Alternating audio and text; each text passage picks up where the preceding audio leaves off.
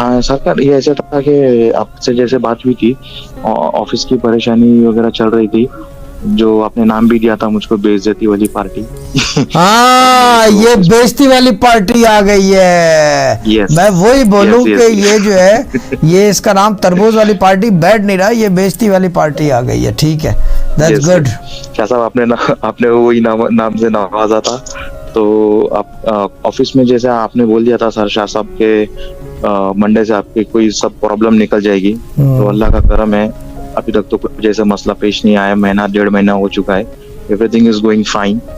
तो अभी आगे थोड़ा जरा कॉन्फिडेंस लेवल की भी थोड़ी सी रोजी रिजक के लिए थोड़ा आप अगर और कुछ दुआ की दरख्वास्त है ठीक आपसे। है, नहीं वजीफा